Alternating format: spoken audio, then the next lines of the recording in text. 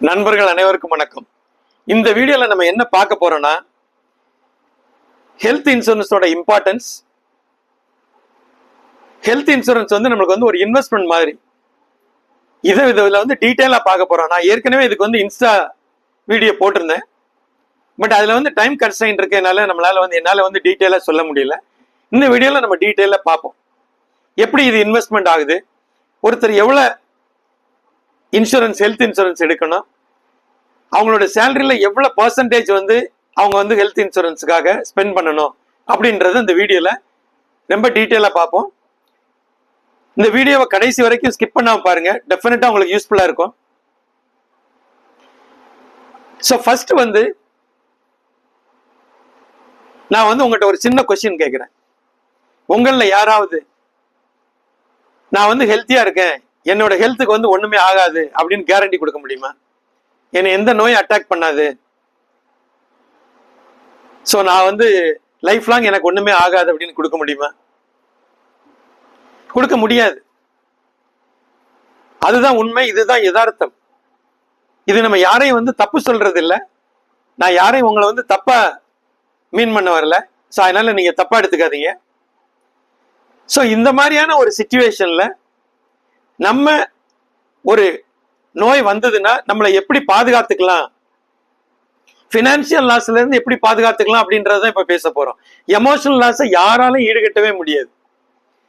ஒரு ஃபேமிலியில வந்து ஒருத்தர் இதுவாயிட்டார் அப்படின்னாக்க அந்த emotional loss nobody can compromise. அதை யாருமே டாலரேட் பண்ண முடியாது. ஒன்லி பினான்சியல் லாஸை மட்டும்தான் வந்து இந்த ஹெல்த் இன்சூரன்ஸ் அப்படின்றது சேவ் பண்ணும். ஸோ இதை நம்ம தெளிவா புரிஞ்சுக்கணும்.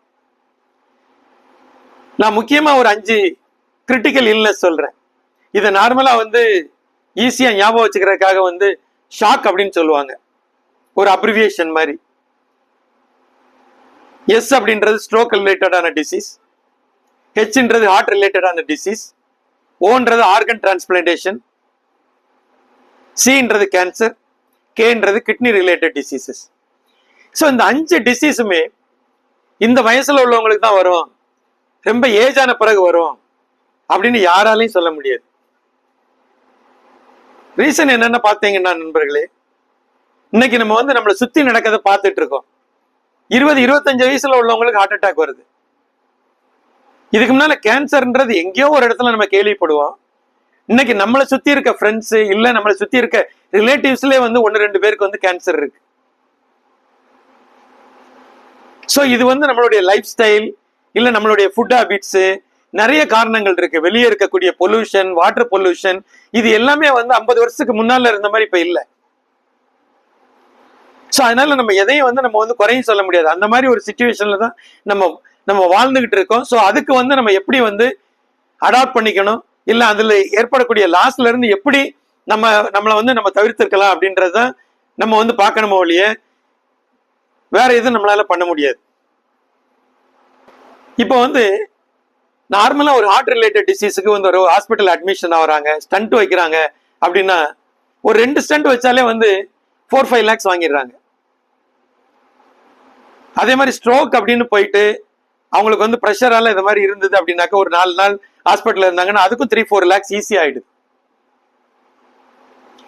அது மாதிரி ஒரு ஆர்கன் டிரான்ஸ்பிளான்டேஷன்ல இன்னைக்கு போனீங்கன்னா குறைஞ்சது 20 மேல ஆகும். 20 1 crore வரைக்கும் ஆகலாம். ஓப்பன் ஹார்ட் சர்ஜரின்னு போனீங்கன்னா நம்மளுக்கு வந்து 10 lakhs கூட ஆகலாம். ஸோ இப்படிப்பட்ட ஒரு சூழ்நிலையில நம்ம வந்து ஒரு இன்சூரன்ஸ் இல்லாம இருந்தா என்ன நடக்கும் நீங்களே யோசித்து பாருங்க. ஸோ இந்த மாதிரி சூழ்நிலையில நண்பர்களே, ஒண்ணு நீங்க சேவிங்ஸ் இருந்தா சேவிங்ஸ் எடுத்து செலவு பண்ணுவீங்க. சேவிங்ஸ் இல்லைன்னா அப்படியே விட்டுருவீங்களா? எங்கேயாவது கடன் வாங்குவீங்க, இல்ல நம்மகிட்ட கோல்டு இருந்தா அதை பிளட்ஜ் பண்ணுவோம். ஸோ எப்படியாவது வந்து உயிரை காப்பாற்றணும், இல்ல அவங்கள வந்து எப்படியாவது சேவ் பண்ணணும் அப்படின்றத நம்மளுடைய இன்டென்ஷனா இருக்கும். ஸோ ஒண்ணு கடன் பட்டுருவோம், இல்ல நம்மளுடைய சேவிங் வந்து கம்ப்ளீட்டா குறைஞ்சிரும்.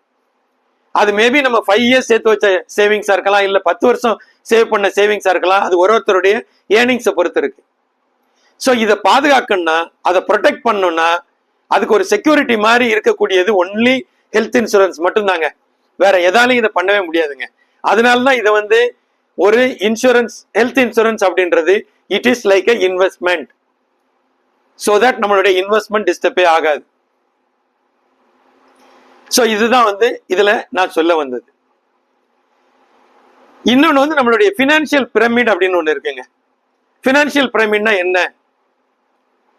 நான் இதுல வந்து ஆக்சுவலா இந்த பினான்சியல் பிரமிட காமிச்சிருக்கேன். கீழே பேஸ்ல பாத்தீங்கன்னா டெத், டிசீஸ் அண்ட் டிசபிலிட்டின்னு இருக்கு. அதுக்கு மேல பாத்தீங்கன்னா FD, RD, mutual fund, gold, real estate, இந்த மாதிரியான இன்வெஸ்ட்மெண்ட் இருக்கு. அதுக்கு மேல டாப்ல இருக்கிறது பாத்தீங்கன்னா ஸ்டாக்ஸ், ஹை ரிஸ்க் இன்வெஸ்ட்மெண்ட் அப்படின்னு இருக்கு. இந்த பேஸ்ல என்னங்க, ஏங்க பேஸ்ல கொடுத்துருக்கோம் இந்த டிசீஸ், டெத் அண்ட் டிசபிலிட்டிய? இதை 3Dன்னு சொல்லுவோம் ஷார்ட்டா. ஏன் நம்ம இதை வந்து பேஸ்ல கொடுத்துருக்கோம்? நம்மளுடைய பினான்சியல் இன்வெஸ்ட்மெண்ட் ஆர் நம்மளுடைய பினான்சியல் பிளானிங்க்கு இதுதான் பேஸ்மெண்ட். எப்படி ஒரு பில்டிங்க்கு வந்து பேஸ்மெண்ட் வந்து ரொம்ப ரொம்ப இம்பார்ட்டன்ட்டோ, அதே மாதிரி நம்மளுடைய பினான்சியல் பிளானிங் இல்ல நம்மளுடைய பினான்சியல் கோல்ல இந்த 3D ரொம்ப முக்கியமான பங்கு வகிக்குது. அதாவது இந்த 3Dயை யாராலையும் வந்து அவாய்ட் பண்ண முடியாதுங்க. நம்மளுக்கு நடக்கணும்னு இருந்ததுன்னா அது நடந்துதான் ஆகும். ஆனா இதை வந்து ப்ரொடெக்ட் பண்ணலாம். இப்போ வந்து ஒரு ஃபேமிலியில வந்து ஒரு ஏர்னிங் மெம்பர் இருக்காரு, அவருக்கு ஏதோ ஒரு ரிஸ்க் ஆயிடுச்சு, அவருடைய இழப்பை யாராலையும் ஈடுகட்ட முடியாது, அந்த எமோஷனல் லாஸ் யாரும் ஈடுகட்ட முடியாது. ஆனா அவர் பசங்க வந்து ஃபார் எக்ஸாம்பிள் வந்து ஒரு நல்ல ஸ்கூல்ல படிச்சுட்டு இருக்காங்க, 2 பசங்க இருக்காங்க, வருஷத்துக்கு 3 லட்ச ரூபா ஃபீஸு, இஎம்ஐ அது மாதிரி வந்து ஒரு வீடு லோன் எடுத்திருக்கிறாரு, எவ்ரி மந்த் வந்து இஎம்ஐ ஒரு 40,000 பே பண்ணும். ஸோ அவருடைய டோட்டல் எக்ஸ்பென்ஸ் ஒரு வருஷத்துக்கு அப்போ எவ்வளோன்னு பாருங்க, கிட்டத்தட்ட ஒரு 7-8 லட்ச ரூபா வந்துடும். அவர் ஒரு டேர்ம் இன்சூரன்ஸ் ஒரு 1 crore மினிமம் எடுத்து வச்சிருந்தாருன்னா இந்த பினான்சியல் லாஸை அவங்க அவாய்ட் பண்ணிடலாம். அதே மாதிரி டிசீஸ்ன்றது பாருங்க, ஆக்சுவலா ஒரு டைம் வர்றது கிடையாதுங்க, திரும்ப திரும்ப வரலாம். ஒரு ஃபேமிலியில எத்தனை பேர் இருக்காங்களோ யாருக்கு வேணாலும் வரலாம், நம்ம கையில எதுவுமே கிடையாது. ஸோ இதை ப்ரொடெக்ட் பண்றதுக்கு தான் நம்மளுக்கு வந்து ஹெல்த் இன்சூரன்ஸ். அது இப்ப இருக்க ஹெல்த் இன்சூரன்ஸ்ல வந்து நம்மளுக்கு போனஸ் அக்யூமுலேஷன் இருக்கு, அதுக்கப்புறம் வந்து ரீஸ்டோரேஷன் இருக்கு.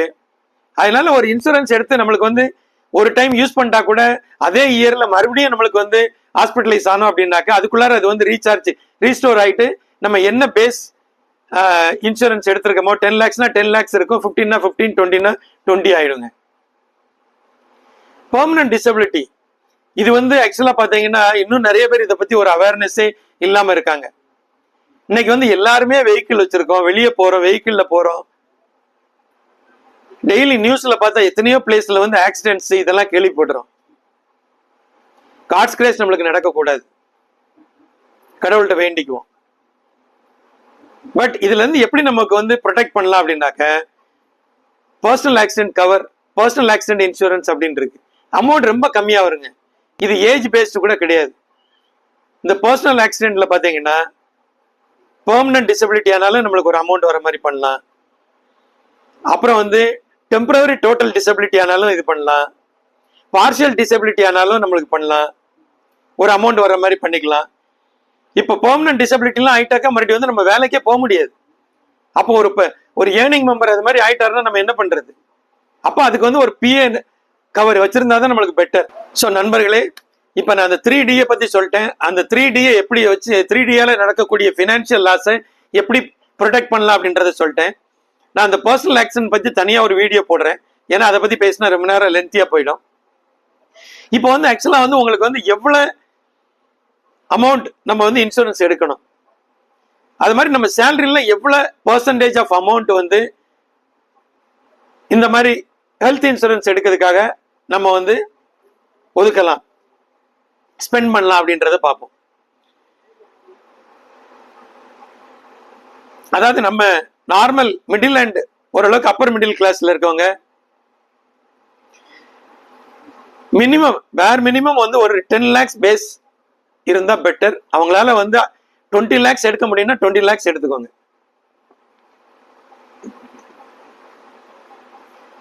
அது போக வந்து டாப் அப்னு ஒரு ஆப்ஷன் இருக்கு. ஸோ 10 lakhs எடுத்தவங்க ஒரு 90 lakhs டாப் அப் எடுத்துக்கோங்க, 20 lakhs எடுத்தவங்க ஒரு 80 lakhs டாப் அப் எடுத்துக்கோங்க. இந்த டாப் அப்ன்றது வந்து ஏஜ் கம்மியா இருந்ததுன்னா வந்து 3000 4000 தாங்க வரும். ஜாஸ்தியா இருந்தாலுமே நாட் மோர் தென் 6-7,000. நான் வந்து 50K சொல்றது. ஸோ இந்த மாதிரி ஒரு 1 crore நீங்க வந்து வச்சிருந்தீங்கன்னா எதை பத்தி, அதாவது ஹெல்த் ரிலேட்டடா நம்மளுக்கு ஏதாவது வந்து ஹாஸ்பிட்டலைஸ் ஆனா நம்ம வந்து பினான்சியலா எதுவும் கவலைப்பட தேவையில்லை. மிச்ச வேலைகளை நம்ம வந்து பார்க்கலாம். ஸோ இதுதான் வந்து ஒருத்தர் எவ்வளவு இன்சூரன்ஸ் எடுக்கணும் அப்படின்றதுக்குரியான ஒரு பேசிக் தம் ரூலுங்க. ரைட்டு. இப்போ வந்து எனக்கு வந்து சேலரி இன்னொரு விதத்துல யோசித்தோம்னாக்க, இப்போ ஒருத்தர் வந்து ஒரு 9 lakhs சேலரி வாங்குறாரு, ஆனுவல் சேலரி. இந்த 9 lakhsல மினிமம் 4%ல இருந்து மேக்சிமம் 7% வரைக்கும் அவர் வந்து இதுக்கு யூட்டிலைஸ் பண்ணலாம், ஹெல்த் இன்சூரன்ஸ் எடுக்க. 4%னா 36,000, 7னாக்க 63,000. ஸோ 36,000ல இருந்து 63,000 வரைக்கும் அவர் வந்து ஹெல்த் இன்சூரன்ஸுக்கு ஸ்பெண்ட் பண்ணலாம். ஸோ இது வந்து ரொம்ப ரொம்ப முக்கியம்.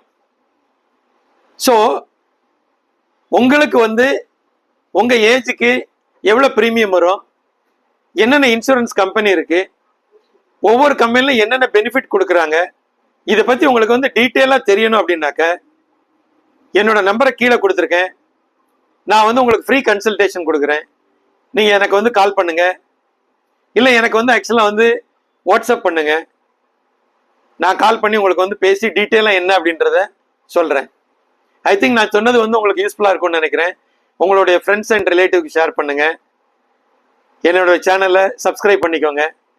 நன்றி, வணக்கம்.